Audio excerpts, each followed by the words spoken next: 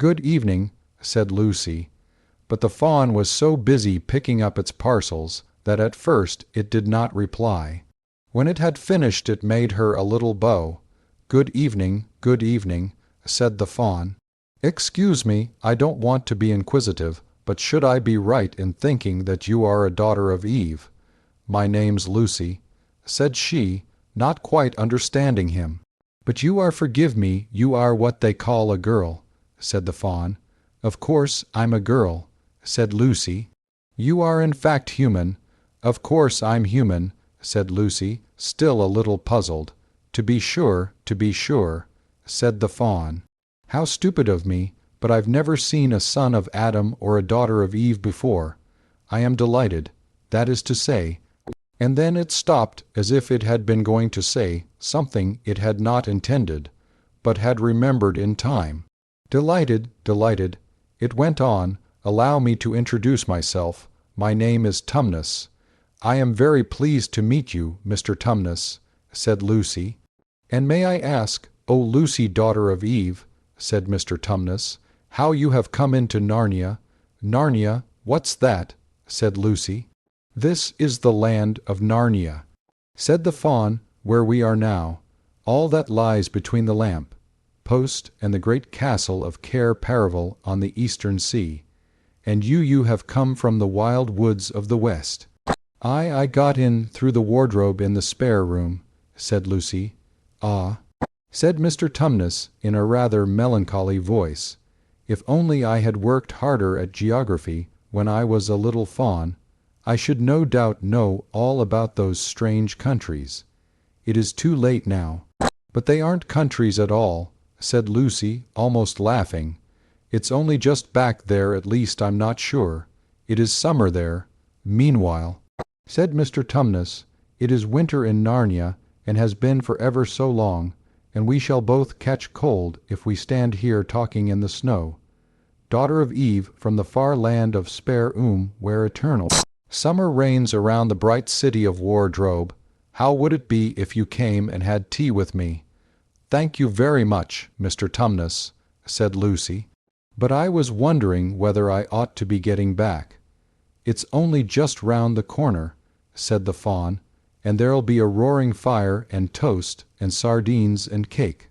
"Well, it's very kind of you," said Lucy, "but I shan't be able to stay long. If you will take my arm, daughter of Eve," said Mr. Tumnus, "I shall be able to hold the umbrella over both of us. That's the way. Now off we go." And so Lucy found herself walking through the wood arm in arm with this strange creature, as if they had known one another all their lives. They had not gone far before they came to a place where the ground became rough, and there were rocks all about, and little hills up, and little hills down. At the bottom of one small valley, Mr. Tumnus turned suddenly aside as if he were going to walk straight into an unusually large rock. But at the last moment Lucy found he was leading her into the entrance of a cave. As soon as they were inside, she found herself blinking in the light of a wood fire. Then Mr. Tumnus stooped and took a flaming piece of wood out of the fire with a neat little pair of tongs, and lit a lamp. "Now we shan't be long," he said, and immediately put a kettle on.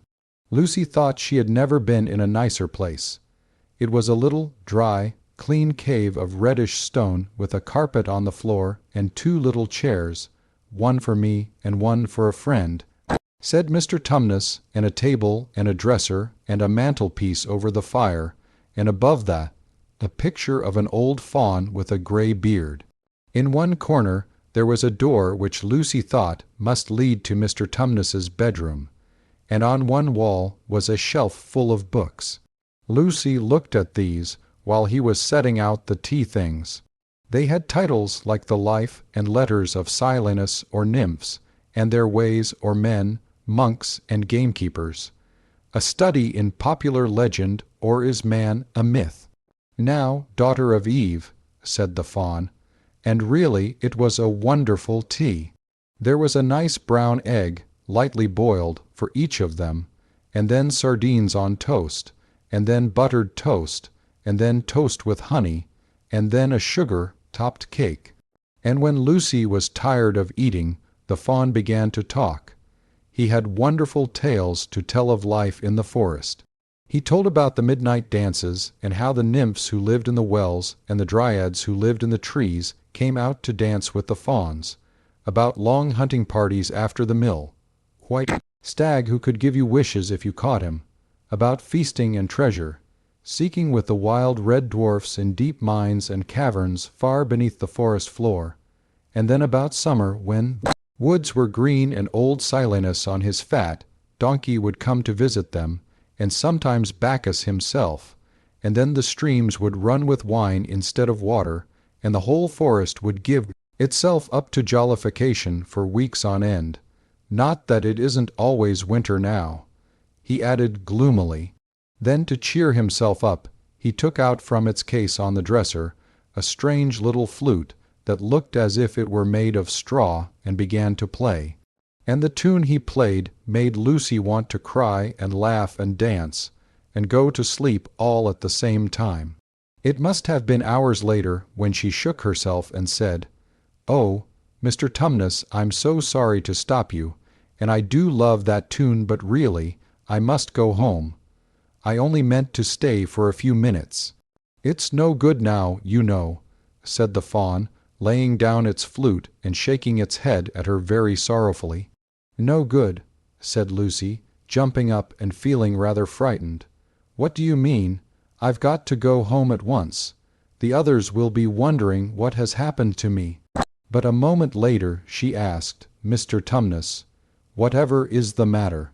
For the fawn's brown eyes had filled with tears, and then the tears began trickling down its cheeks, and soon they were running off the end of its nose, and at last it covered its face with its hands, and began to howl. "Mr. Tumnus, Mr. Tumnus," said Lucy in great distress.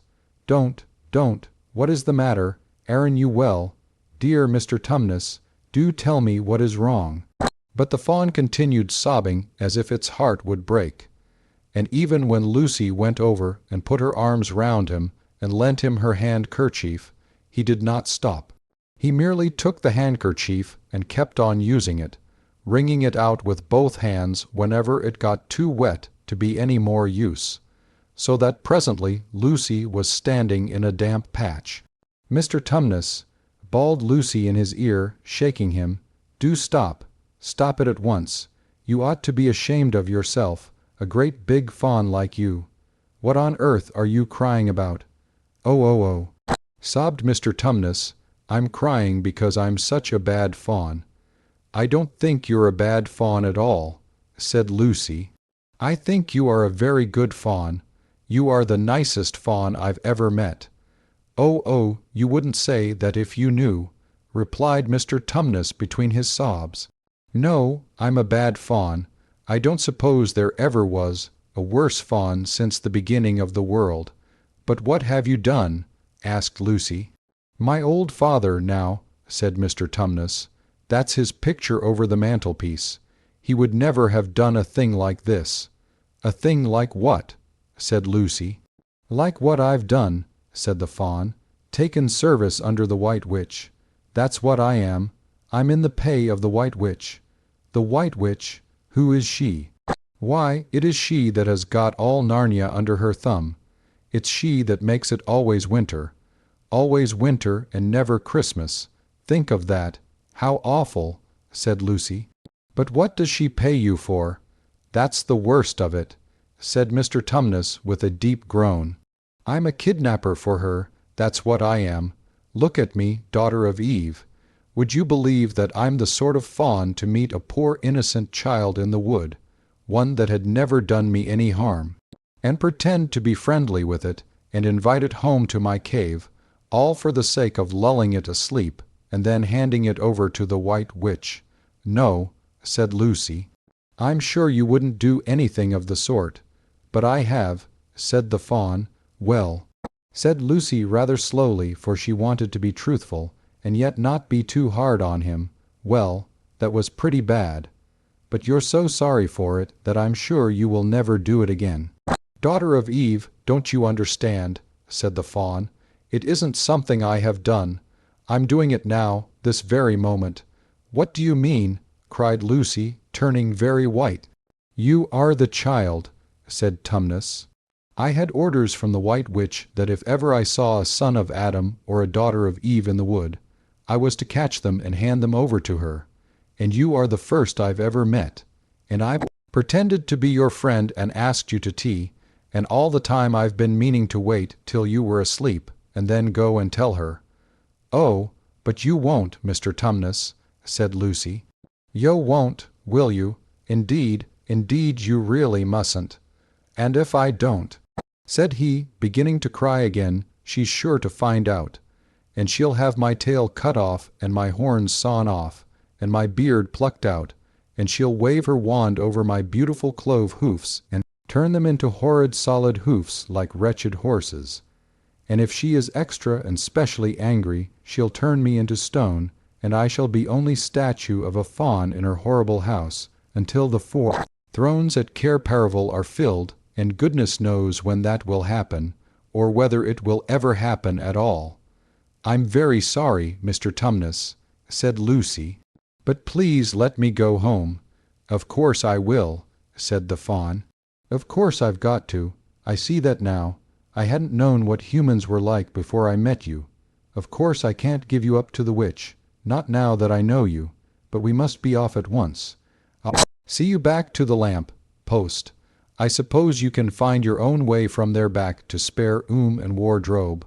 "I'm sure I can," said Lucy. "We must go as quietly as we can," said Mr. Tumnus. "The whole wood is full of her spies. Even some of the trees are on her side." They both got up and left the tea things on the table, and Mr. Tumnus once more put up his umbrella and gave Lucy his arm, and they went out into the snow. The journey back was not at all like the journey to the fawn's cave. They stole along as quickly as they could, without speaking a word, and Mr. Tumnus kept to the darkest places. Lucy was relieved when they reached the lamp post again. "Do you know your way from here, daughter o' Eve?" said Tumnus. Lucy looked very hard between the trees, and could just see in the distance a patch of light that looked like daylight. "Yes," she said, "I can see the wardrobe door."